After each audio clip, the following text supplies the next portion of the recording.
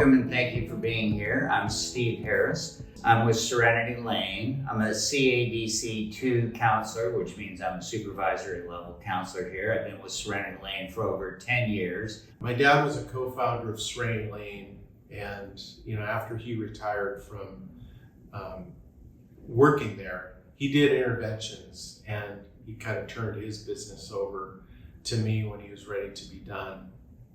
Kind of taught me his approach, and then I took that and created an approach and a framework that works well for me, and I think it fits the suitabilities of the families that I work with. So I love what I do, and I think interventions has become a great fit for my temperament, my education, background, and experience. The goal of this presentation is to provide basic information about what is addiction, what's an intervention, and what is treatment. Some of the common questions we'll review will include, should I be concerned about my or someone else's substance use? We'll look at maybe some myths around substance use. What is a substance use disorder? What's an intervention and what's treatment? And we'll let you know how you can ask questions and contact us at the end of this. Sometimes quickly, sometimes slowly, many realize there's a serious problem, a problem that can't be controlled without help. The hard part is being honest with ourselves, either as the user or as a family member or a friend. They or we have tried to control the substance use. We've made threats, we'll leave, we've promised I'll stop drinking or using, and yet we don't follow through on any of those. There may be threats or promises like, if you don't stop, I'll do something drastic, or promises to control or stop drinking or using. This may have been a cycle that's repeated itself for days, months, or even years. Maybe you're thinking to yourself, I feel hopeless, I feel angry, I feel like I might be going crazy. These are common feelings that come up with substance abuse. So, myths. There's some myths about addiction. One of the things today that we're seeing is everything is about meth and fentanyl. And it's true, these drugs have had a huge increase in use and deaths over the last decade. It's also been very visible. However, alcohol is a larger problem than all the other drugs combined, so we don't want to forget about that. Over 70% of substance users are employed. Alcohol and substance use cost money. The typical alcoholic doesn't miss work, so they and others believe, well, maybe they don't have a problem. Yes, about 90% of the population can have 1 or 2 drinks and stop. 10% can stop. The problem is they just can't stay stopped. Their ability to choose is often short-lived. Willpower is the ability to control or restrain ourselves. How many times have we said to ourselves, after learning there's going to be cookies, as an example, no, I don't think I want a cookie. But then we see it, we smell it, we see someone else eating it, and we remember how much we enjoy that. And then, despite that we said no, we end up having the cookie. We go ahead and eat it. If we look at the cookie example, a small amount of dopamine is released when we think about it, a little more when we see it, and so on. Imagine what it's like to say no as an addict to the substance. Our midbrain does not feel or think or care. All it does is desire. And it can override, and does, our prefrontal cortex, which has that ability to make emotional decisions that include consequences, but our midbrain doesn't care. Yes, running out of options, hitting rock bottom, is a big motivator. However, with what other disease do we suggest to wait for it to ruin family and health and lose friends before we take action? We need to raise maybe the bottom a little bit. Substance use affects many around the users. There are so many ways addiction and alcoholism affect us all. If you are thinking it could be a problem, it probably is. Maybe they don't drink all the time. Well, that's probably true. The question is, when things go bad, what was the intention of the person in the hours or minutes before they drank or used? People do not start drinking and say, my goal is to get a DUI tonight, or I want to get drunk and have a fight with my spouse. No, they believe as they take that first sip that everything is going to be okay. I have a sobriety story of my own that I struggled with addiction for years. It's been something that's been part of our family, many family members, and it's not easy getting sober. And fortunately, because of treatment and a number of outside support and continuing to do this, I've been sober for over 28 years.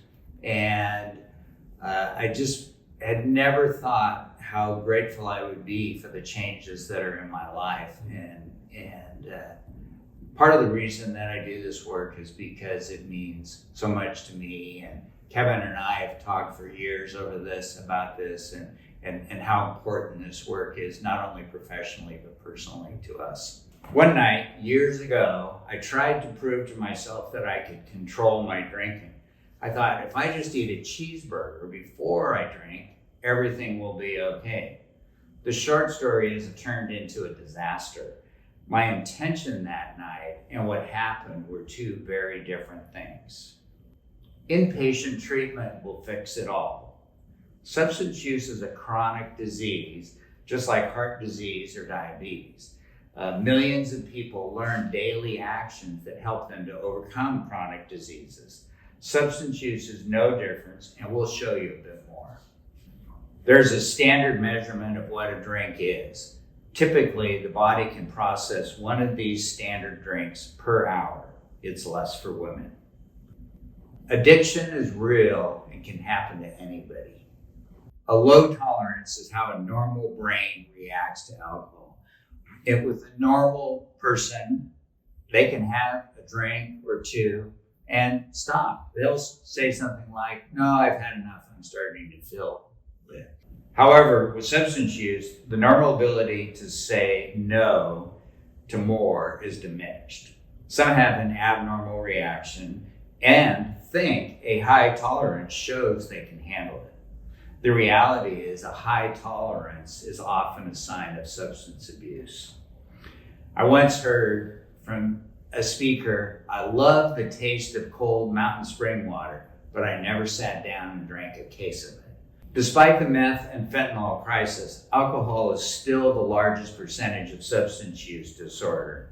It's just not in the news, except with drunk driving accidents and deaths. A reminder, if you have questions, we'll show you how to submit them at the end. Now we will hear from Kevin Graves about interventions. Go ahead, Kevin. Thank you, Steve. I love working with families, teams who have a loved one struggling with chemical dependency addiction, mental health conditions. It's an honor. Often I receive phone calls asking for my assistance or just asking for help. What they've been doing is not working. Their loved one either doesn't believe they need help or they're refusing to accept it. Oftentimes communication has broken down. Families do not have the influence that they used to have, and they're often divided about what to do or not to do. Because the risks are high, there's a lot of anxiety and even reactivity. They want to do something and they don't want to repeat mistakes. So in those initial phone calls, I feel like my job is to help them take their next indicated step rather than to sell my services. So I generally start with a simple definition of intervention. Intervention is any action you take when you're trying to influence an outcome. It's not necessary to hire a professional or to take a specific format or utilize a specific format. By simply taking action, you are intervening. You're doing an intervention. And as they should, families often have concerns about taking an approach that looks or feels like an attack, an ambush, or ganging up on their loved one, utilizing shame or coercion, being unfair, harsh, or cruel, meddling or interfering with somebody else's life, or telling an adult what to do, resorting to threats or ultimatums, or actually doing anything before the person is ready or before they hit bottom. Doing an intervention is taking effective action, which involves keeping all of these concerns in mind and implementing your own unique strategy that's designed to reach your loved one, give you your best shot at success. So when a family is considering taking action, I will give them a couple things to think about. First, I ask them, what have you done so far? Have you had a direct conversation with your loved one expressing your concerns? Generally, it's a good idea to do so if you haven't. The big exception is if you have no confidence that that kind of conversation is going to go well. Then moving directly to a more formal conversation makes sense. Next, I encourage them to take a team approach, and we'll ask the family, the team, if they're united about what needs to be done and are they agreed about how the solution is going to be implemented. It's very important to create a united front when trying to help your loved one. Families are often divided about these kind of questions, and a divided family lowers the chances of your loved one accepting help and is one of the better reasons to hire an experienced professional. Most interventions are difficult conversations. It usually requires doing two things simultaneously that are at tension with each other. For instance, balancing influence and trust on the one hand with power and leverage on the other hand, or using support and unconditional acceptance while also establishing limits, boundaries, and consequences at the same time. Those can be difficult tensions to maintain. Successful strategies will have the right sequence, tone, attitude, framing, etc. Lastly, the team needs to hope for the best case scenario, but also be ready for those worst case or more difficult scenarios. So you're being optimistic as well as pragmatic. The next thing that, oftentimes I'm asked, should I hire an interventionist or can we do this ourselves? The old timers, they will say that this is a powerful, cunning, baffling disease. And there can be an element of insanity to it. Denial is not just a hallmark for the loved one, but for the family system as well. As a result, teams don't always see clearly, what's happening or the significance of what's happening. People often will ask me, what qualifies me to be an interventionist? Or sometimes the question is framed, why should we hire you as an interventionist? What makes you different from other interventionists? Bit of a hard question. I like some of the professional experience that I bring to the task, some of the education. So I do have a couple master's degrees. One is in marriage and family therapy, and I've been in private practice for 8 years, was the director of a counseling center. So that gives me some good experience to draw from, especially in working with families. The other master's is in theology, which can be useful for some families. That only is brought in when it's going to be helpful. But I think what qualifies me more is just my own experience with chemical dependency. When families ask, can we do it ourselves?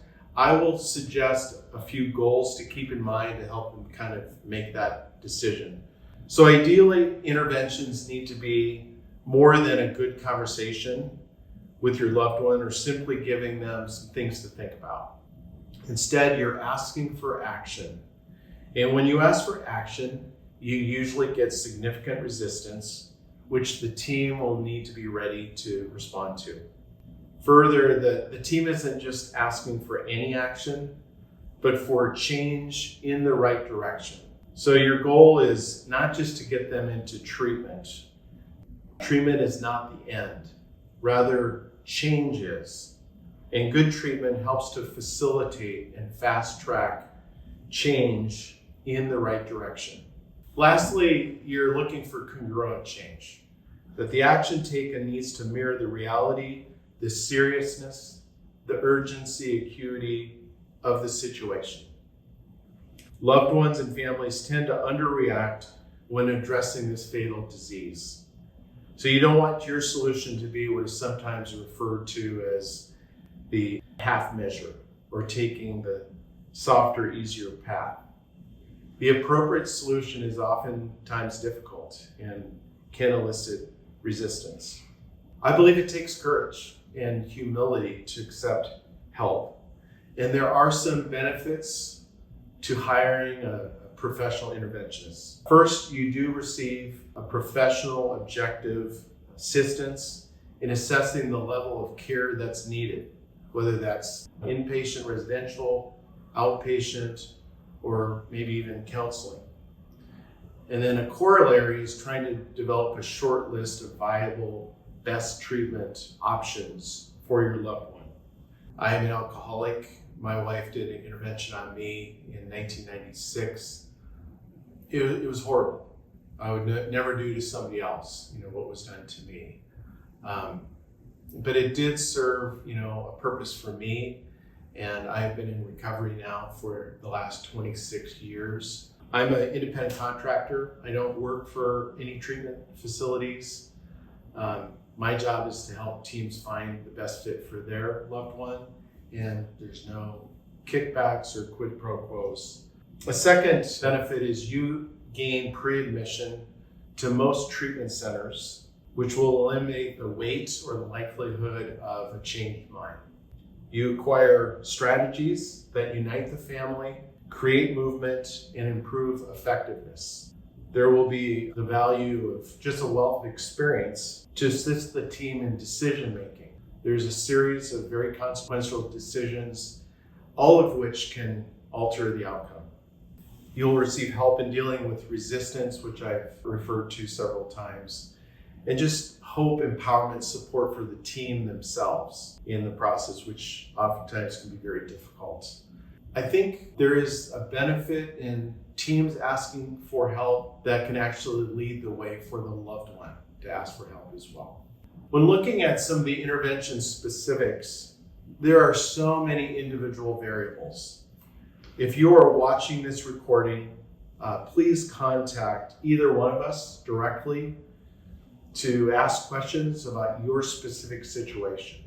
In terms of timing, when taking action, acting with urgency is both appropriate and needed. Please do not underreact or wait too long. The family needs to kind of prioritize it and make it happen rather than trying to fit it into everybody's schedule. To quote Steve, rather than waiting for your loved one to hit bottom, interventions try to raise the bottom. So in terms of time frame, I encourage families to act as quickly as possible, but take enough time to do it right, to be proactive versus reactive. Generally, it takes a week or two to put an intervention together, but it can happen in 2 to 4 days if circumstances dictate and everything kind of falls into place. The approach is going to vary depending on the interventionist. I talk about 3 different approaches when doing interventions. There's the surprise or backdoor approach. There's the invitational or front door approach, and then kind of a hybrid side door approach. When I work with families, the approach taken is influenced by the circumstances, the family dynamics in play, the team, as well as the loved one. What is going to give the team their best shot at reaching their loved one? All approaches have their benefits, their risks, and part of the preparation with the team is talking through, what is going to be the best approach with their loved one. And then success rate. Success is generally measured by your loved one agreeing to the solution that's being extended to them. So for instance, checking themselves into treatment. For me, that happens somewhere in the 80 to 85% of the time. But according to Vern Johnson, who is a pioneer in training people to do interventions, even if your loved one refuses help or the help you're offering, when done properly, interventions are always successful. The family is helped, they are no longer part of the problem, and they've made it much harder for their loved one to kill themselves with this fatal disease. There is so much consolation in knowing that you have done what you can do. And then cost, again, is going to vary depending on the interventionist. Getting your loved one obviously is going to involve some expense, and it might be valuable to bear in mind that not getting help is often costlier. To stay in an adage, you get what you pay for. The inference being you have to pay more to get the best or to get quality. And that's not always the case in this field. Serenity Lane is a great example of providing excellent services for an affordable price. It is very possible to overpay for needed services. Treatment, especially with insurance, can be very affordable. Now, interventions, unfortunately, tend to not be a benefit that's covered by most insurances, so it does tend to be an out-of-pocket expense for most families. There are reasonably priced interventionists if cost is a significant consideration. In addition, I encourage you to find an interventionist who either offers a sliding scale or some sort of scholarship to help if that's needed. And I certainly do that. For me, I don't want money to be a major deterrent or the determining factor. So I look forward to talking further with any of you watching, and please give me a call. And with that, I'm going to turn it over to Steve. All right, thanks. Kevin, we really appreciate, and my years of knowing you, I really trust you. And when you send those reports to us to help get a quick admission, it really makes a big difference, and it's very accurate. We appreciate it. That's awesome. Yeah.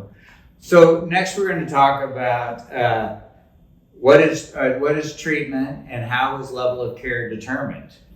So licensed and qualified counselors use what's called the ASAM assessment tool to determine the level of care. This is the same tool that insurance companies use to approve care and pay for, make qualifying payments for treatment. In substance use order, it's broken down into mild, moderate, and severe as far as determination of what the patient needs. So a lot of things make up the recommendation, and that's why it's completed by a qualified assessment counselor. And just like when someone goes to the doctor for any issue, they need to go through that assessment and evaluate. So treatment is a step-down process, and we learn to practice new behaviors, and this includes family and educating for them. Each arrow here shows a level of care that someone could start treatment at based on the assessment. Starting at the highest level of care, which is detox, we offer medically managed withdrawal by our experienced medical staff. People can stop drinking or using. However, most cannot stay stopped, and that's why detox alone is not the answer. Detox typically lasts 2 to 7 days, with the norm being about 2 to 3 days. And detoxing from alcohol and benzodiazepines, which are a sedative, can be really dangerous if done outside of the medical environment, like Serenity Lane. Other substances do not have the potential for the medical seriousness. However, without the comfort medication detox provides, users seldom can detox on their own. It's just too painful. And this is Why don't you just stop? Well, we want to make sure that that patient is going to be safe. And that's part of what the assessment determines. So the residential level creates a time for returning to a regular schedule, which includes diet and sleep. Serenity Lane Residential offers patients several evidence-based treatment plans. We work with the patient to determine what's best. Days are active from morning until night and include therapeutic group participation. Work with our team includes mental health as determined, completing assignments, and encouraging each other. We learn we're not alone. Free time to play or work out in the fitness center and taking a walk on our 15-acre campus is encouraged. Patients have limited access to their cell phones, and our bank of phones is usually available. There's also computer and internet access. Family is an important part of the process as well. The level day treatment, or PHP as it's known, is a step down that some patients are recommended to that offers less structure than residential while still being on campus and receiving at least 20 hours of residential services while improving life skills in a more independent living environment. This is usually followed by a residential level of care. After residential services are completed, the next level is intensive outpatient, or IOP. IOP is a critical step as patients return home or to recommended sober living.